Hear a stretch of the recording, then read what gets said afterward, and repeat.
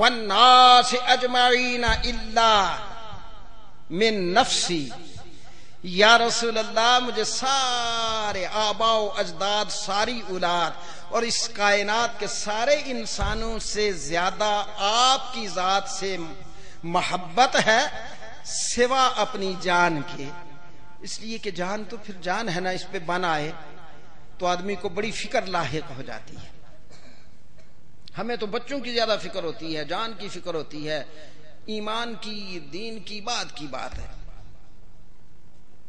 نہیں، حضرت عمر عرض کرتے ہیں یا رسول اللہ سب سے اپنی جان کے علاوہ سب سے زیادہ آپ کی ذات سے پیار ہے.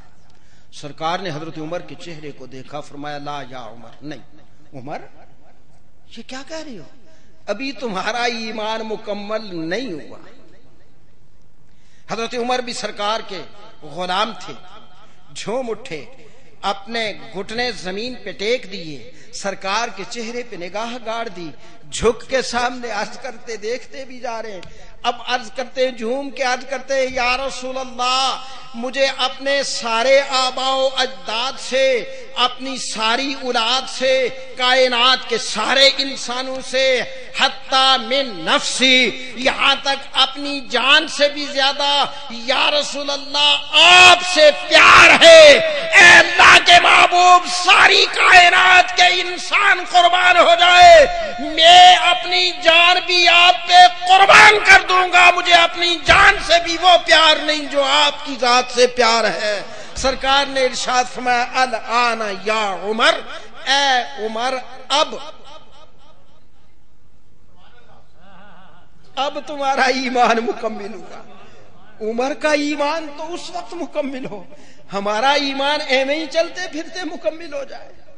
سرکار نے فرمایا ہاں اے عمر اب تمہارا ایمان مکمل ہوا. قرآن کریم کی 3 آیات اس پہ شاہد عادل ہے کہ اللہ کے رسول سے جب تک کائنات کی ہر شے اور اپنی جان سے بھی زیادہ پیار نہ ہو جائے اس وقت تک مومن کہلانے کا مستحق نہیں ہو سکتا ہے، اس کا ایمان کامل ہو ہی نہیں سکتا جب تک کہ سرکار سے سب سے بڑھ کر پیار نہ ہو. سب سے بڑھ کر پیار ہے اپنے آباء و اجداد سے. اور اس بات کو سیدنا عمر فاروق رضی اللہ تعالی عنہ نے ثابت کر کے دکھا دیا. جنگ بدر ہے، گھمسان کا رن پڑا، حضرت عمر تلوار لے کے نکلے، سامنے آپ کا سگا ماموں عاص بن عمیر بن حشام سگا ماموں آ گیا، تلوار لے کر کفار مکہ کی جانب سے مسلمانوں کے خلاف لڑتا ہوا گیا.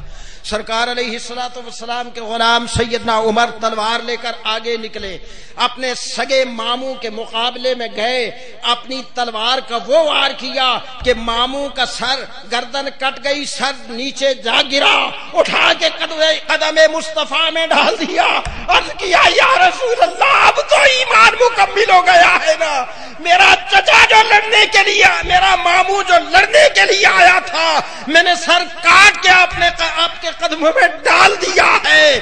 سیدنا عمر نے ایمان ثابت کر دیا کہ ایمان اس چیز کو کہتے ہیں کہ اللہ کے رسول کی ذات سے سب سے زیادہ پیار ہو جائے.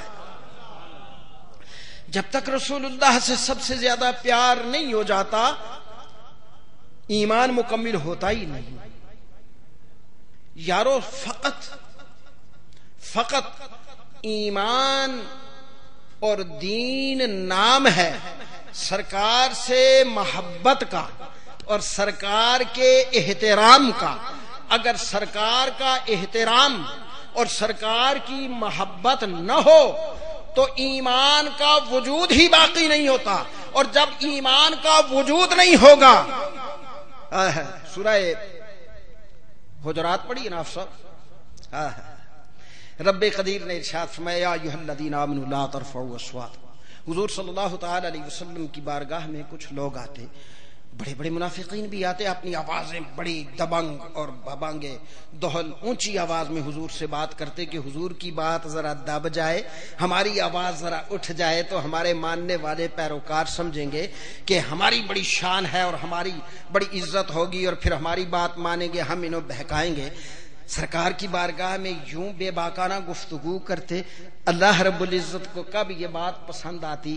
اہل ایمان کو مخاطب کر کے ارشاد فرمایا، یا ایھا الذین آمنوا، اے ایمان والو، لا ترفعوا اصواتکم، نہ بلند کرو تم اپنی آوازیں، فوق صوت النبی صلی اللہ علیہ وسلم کی آواز سے اپنی آوازیں اونچی مت کرو۔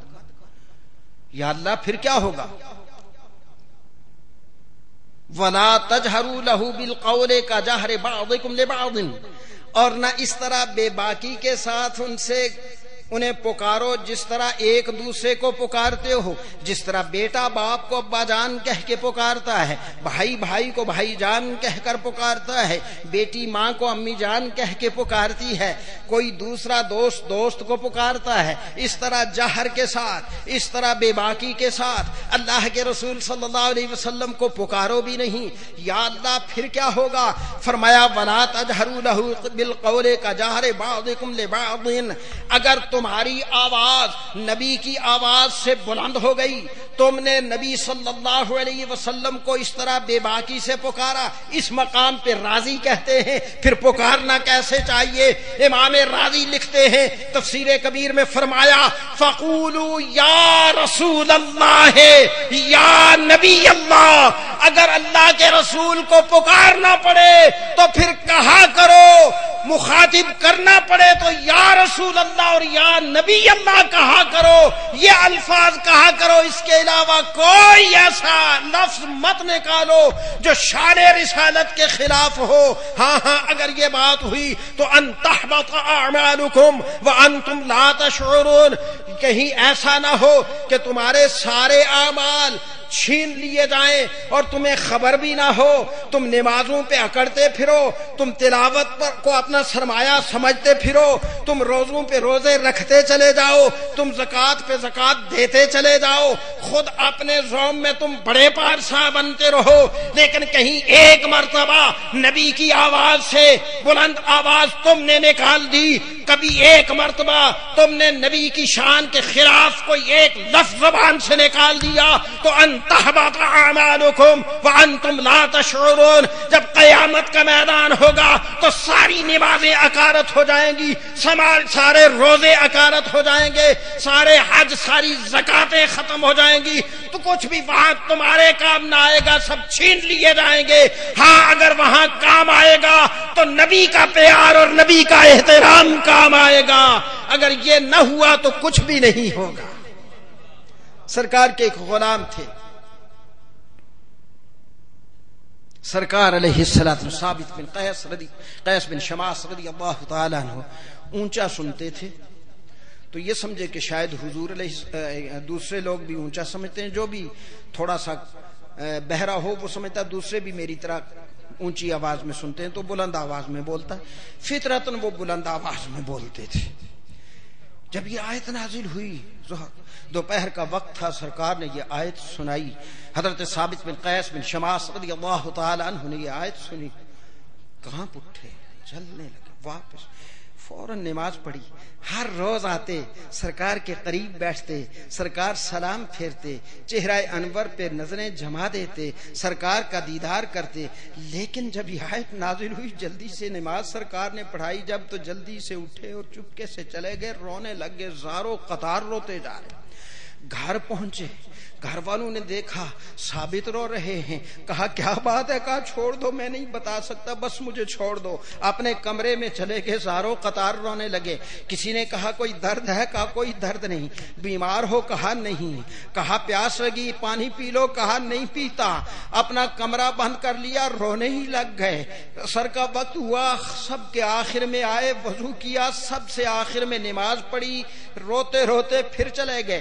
گھر والے بھی پریشان ہو گئے. مغرب ہوئی، عشاء ہوئی، یہی معاملہ ہے. ساری رات گزر گئی، صبح نماز ہوئی، یہی معاملہ ہے. ثابت بن قیس بن شماس سب کے آخر میں آتے ہیں، روتے ہوئے جاتے ہیں. روتے